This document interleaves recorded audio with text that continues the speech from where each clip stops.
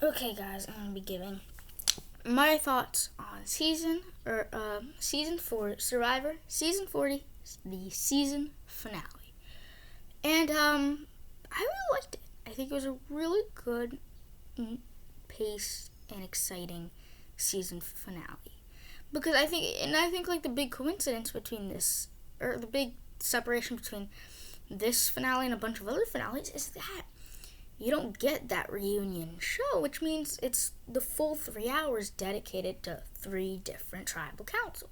Well, technically 4, but 3 different vote offs, 4 different tribal councils.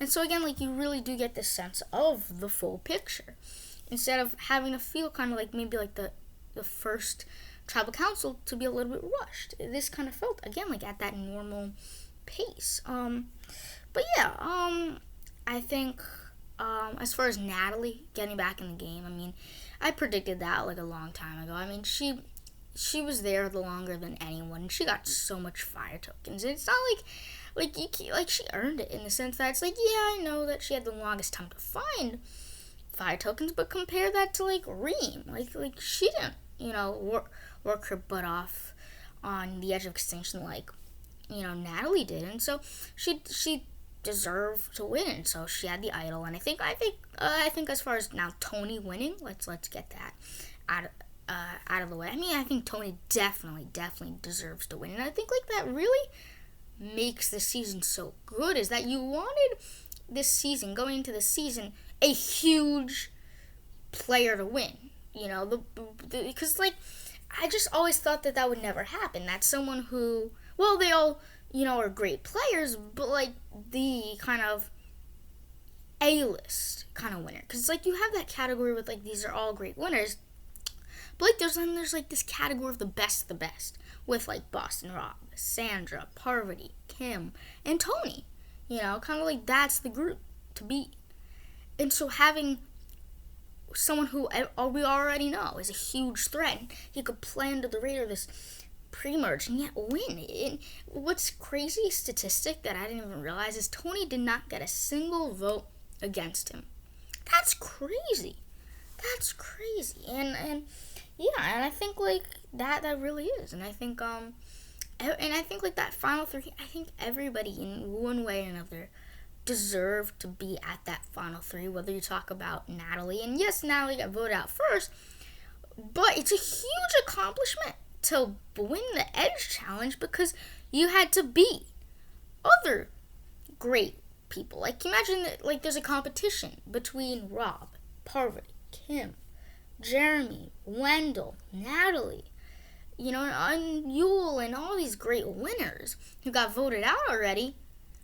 And whoever's going to win already is amazing because they beat out a bunch of other great top competitors. And so that was exciting. And I think, like, I just think she number one deserved to go back in because she really did work to get all these fire tokens. And when you see all these advantages that she sent in, well, she wasn't actually in the game. She still mixed up the game, one way or another. And the funny thing is that first tribal council where Denise went home, I was like screaming on my TV screen because like Natalie has an idol, and Sarah's genuine reluctance to not be convinced is frustrating, but you knew it's gonna be so worth it when she pulls out that idol and seeing Sarah's reaction to it. So again, like I knew that as soon as Natalie came back in, it was definitely going to be good for Michelle, especially because she had an idol. And I think, like, why I think Michelle did deserve ultimately to be in the final 3 is because she did play from the bottom. It's not like she was brought in along. Like many people think, oh, Michelle's just brought in along. No, that's not the case. So many votes. She nearly went home. You know what I mean? Because it's like, at the final 9, the Jeremy vote. Because yes, technically it was the final 8 at the time, but obviously with Natalie coming in. At the final 9, the Jeremy vote, she lost her closest ally. Pretty much the only ally. And so from the final 8 onward, she had to rely on herself. She had to rely on winning immunity challenges, bonding with the Edge competitor, And while maybe she didn't deserve to win this season, she still earned it by, being able to scramble through the gaps. And that takes a good adaptable player where it's like they all went. Tony was loyal, but Michelle was able to kind of waver through the cracks. And then Natalie was the epitome of crushing it on edge. And I think she didn't have that. In order for Natalie to win, she had to play like what Rob said. She had to play perfect to get that vote, because it's like there's a way you could play perfect. And I think that's why Chris won, is because he knew who the biggest threat was. He needs to take out that biggest threat. That's just the point of the if you don't like Edge, that's a different story. But for the Edge player to win, you had to play flawless, in the sense where it's like you have 3 days to prove your strength. And this is a flaw that Natalie did not do. And I think she used that as a plus for her, that, she knew who the biggest threat was in Tony, and painting the picture as Tony was the biggest threat. But she never did anything with that. I think it was in her benefit to actually go into the Edge challenge, or the fire-making challenge. Which, by the way, the fire-making challenge was like, wow. Wow, in the sense that it was close. Like, I wanted Tony to win. I'll be honest. I really didn't want Tony to win because I thought he deserved it. Not that Sarah, not that Michelle, not that Natalie didn't. But, again, I just felt he was like the epitome of this season. Because it's Tony. It's Tony. Tony Vlachos. I feel like he played one of the best games ever on the show, winning 4 immunity challenges, orchestrating blindsides nobody even knew Tony orchestrated, like this Sophie blindside. Even in, for example, the Kim blindside. He was not going to vote for Kim. I think he was going to vote for Jeremy. But then, when Kim originally wanted to get Tony out, Tony had the power. He had the skill to rally everybody in his alliance against Kim. Someone who everybody thinks also played a flawless game. That's huge. And I think I have to say that he has to be the greatest player of all time, because it's like, when you have someone who played an unpredictably crazy game that burns alliances, that plays idols, fakes the worth of an idol, is not afraid to lie and cheat and steal on everything, and to change that to being a loyal person, having patience. And yes, towards the end, he goes for that normal tricks, but after he built a solidifying alliance. And there was obviously chat early in the season to get him out, the first few votes, but after that, it all died down. You know why it died down? Because he was. Where it's like, Tony always got his way, even in the pre-merge, but at the same time, he was never throwing out the names. He was never being reckless. And that's why I think, when you think of people, like nobody would think Tony could even make it past the pre-merge. And if then, it would be just because of luck, and other stuff. Luck of the draw.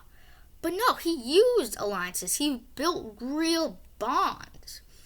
And still did stuff that are very Tony Kagayan-esque, like finding idols, like finding a spy item, whether it be a spy nest or a spy bunker or spy shack.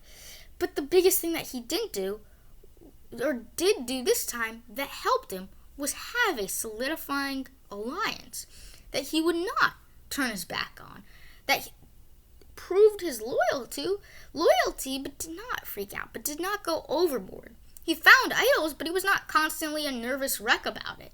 And while he still had that same nervousness about him, I just think he was a controlled Tony. In that way where Tony didn't play a perfect game that time, but this was because he fixed those mistakes. He didn't build a solidifying alliance that last time. He did this time. He was crazy from the start, toned it down at the beginning this time, so that when everybody looks at the biggest person in the room, Tony made sure it wasn't him. And when he was the biggest person in the room, the biggest target in the room, he delivered under pressure, winning 4 immunity challenges, one short from tying the record of the most immunity wins. So he played a physical game. He played a loyal game. And yet still having a spy nest. And still having Sarah's back, Ben's back. And still being able to save people. There's one thing when you can save yourself, but there's another thing when you could save someone else. When he saved Jeremy, and in a way that nobody even expected. And just the simplest thing of waiting till sundown and just giving Jeremy no time to scramble. It's these things, these subtle things that got him the win. Especially in this episode. He had a feeling that Natalie had an idol. So why don't you use the safe vote? And a safe vote, but meaning the least likely to have an idol vote. And Denise, where it's like you hopefully flush out Natalie's idol if she does, and get out someone who was never in your final 3 plans anyways, as opposed to putting all your votes on Natalie and just hoping she doesn't have an idol. And ultimately Denise did go home. And I think the whole Ben thing was interesting, and where he basically quit. There's no other way to put it. Now, he didn't quit with the formalities of quitting. I mean, there was still a chance that Sarah wasn't going to do it. But it was out of the blue, he was just like, you could vote me out if you want. I feel like it was a sore loser type thing. Where it's I feel like Ben started to get to the point where he realized he was not going to win. Because either way, he shaped it. If it was the final 3 he intended, he was not going to win. If he jumped ship to Natalie, Michelle, and Ben, he doesn't think he'll win even then. Especially with Denise going, I just think he realized he didn't get a good vibe to the jury, and it's there's no way Tony was gonna go home. There was no way Sarah was gonna go home, and so he's like, if I'm gonna go out anyways, and I just think he didn't want to get bashed by the jury and all that stuff, so he just decided, let's make a low-key quit, but with benefits. A quit with benefits. Quit, but your friends benefit, I guess. Which I think makes the season a lot more personal.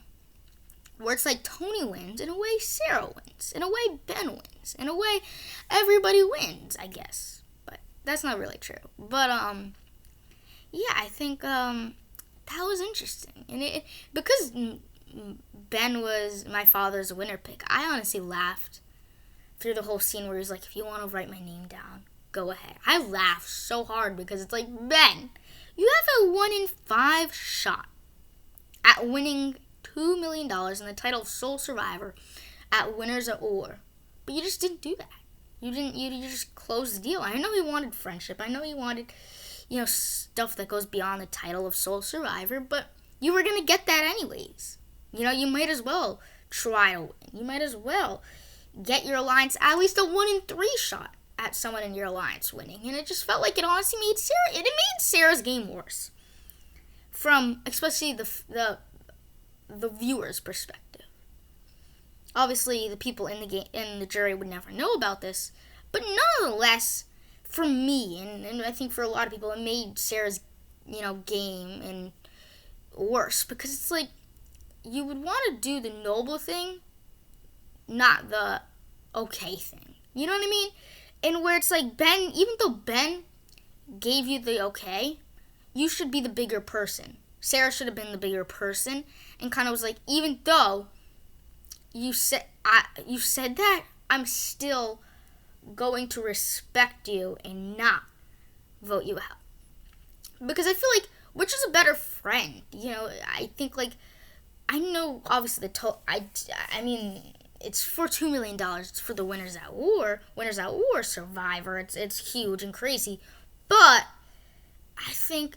And it turns out, if she kept Ben, let's hear this. If she kept Ben, Michelle went home, And then assuming Ben's not good, Ben didn't win that the final challenge. It would have been Ben versus Tony. Ben would have won, and then I think Sarah would have won. Obviously, that's all in hindsight, but I just think it's one of those things where it's like it made Sarah look worse in the sense where it's like you'd be willing to vote out your friend just because he gave you his word that you could. It becomes ridiculous.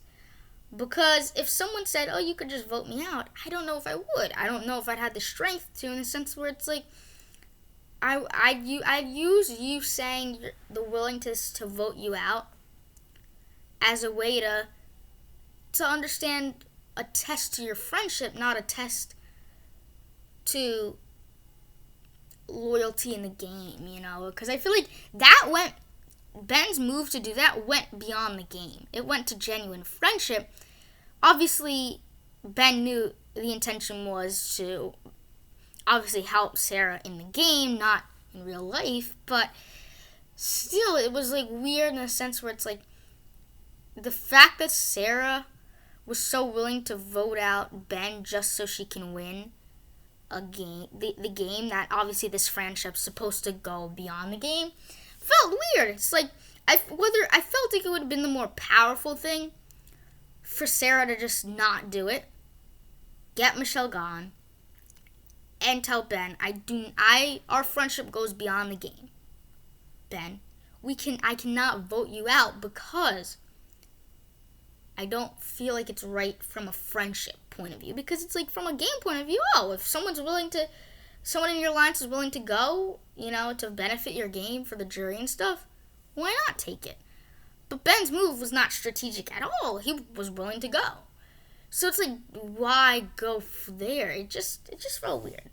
And as the final tribal count or final challenge, immunity challenge, it was a really pretty classic one. Been in it a bunch of seasons, and turns out Natalie won. And I thought when Tony lost, I was like, I don't know. And I was surprised how good Michelle was at fire when she was practicing. And obviously I knew that when they were downplaying how good Tony was at fire, when they were like, when they showed all the clips of Tony not being able to make fire, I thought for a second, Tony's screwed. But then I was like, I'm sure they're doing like the reverse psychology thing that Survivor does a lot, where they'll take clips of the winner doing bad only so that you get surprised when he does good. But it was close. It was close throughout, and I was really rooting for Tony. I said that earlier in this review because it's like, if I'm being honest, I really do think Tony genuinely deserves the win more than anyone else. And I just think, again, like I've already went into how good his game was, but I just felt, that's why I don't really like the fire making challenge. Is in the sense where it's like, I just feel like it's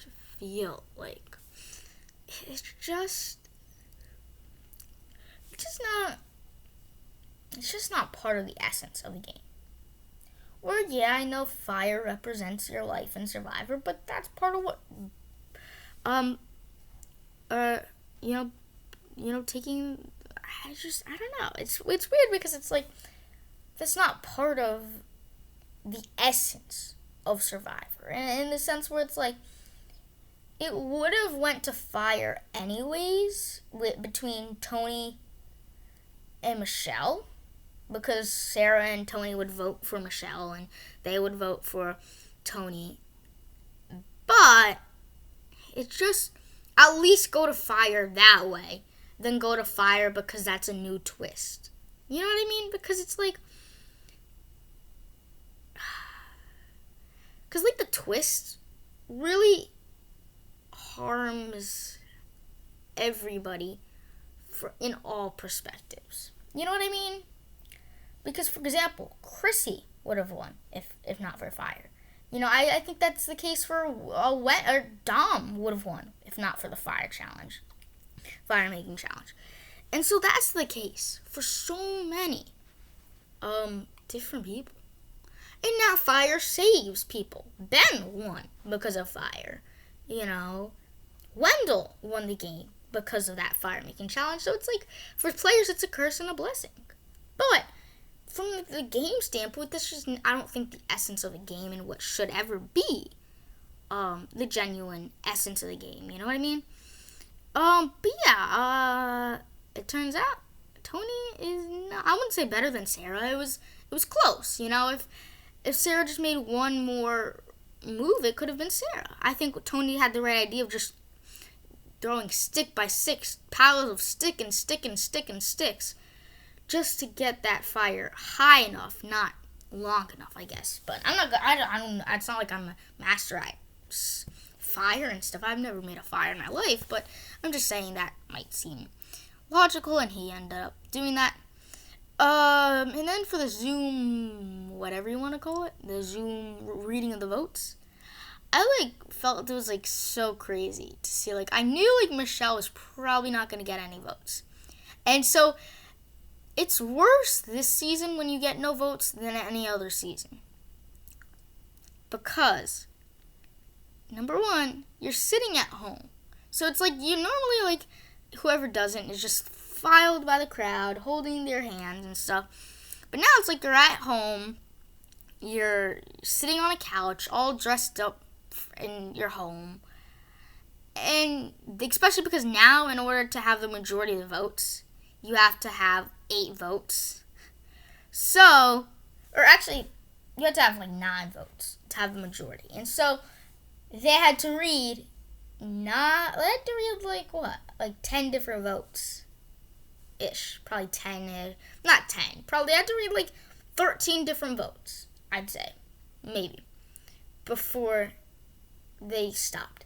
And so, can you imagine, for 13 votes, Michelle had to watch with her sister, reading, nope, not Michelle. Nope, not Michelle. Nope, not. It's crazy. It's crazy. But I knew once Tony made it to the final 3, there was no way he was not winning.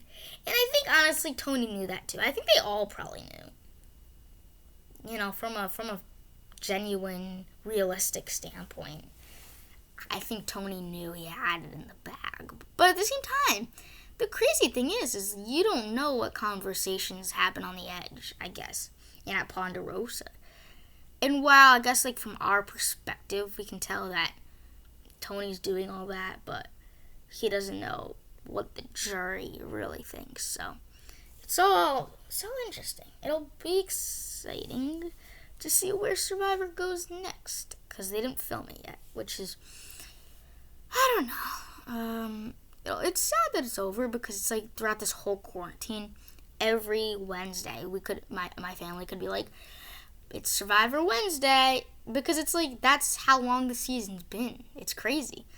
And we've always had Survivor, where it's even though we're stuck in quarantine, we know Wednesday's a huge night where we get to watch our favorite show together. And now we don't have it. So we don't really have anything to really look forward to, because it's first Clone Wars ended. And then we're but at least every Wednesday we could look forward to Survivor. But then we knew that's only going to last for one more week where we could say that. And that's true. Survivor's over this season. Yeah. So yeah. Stay tuned for our videos. Come right at you.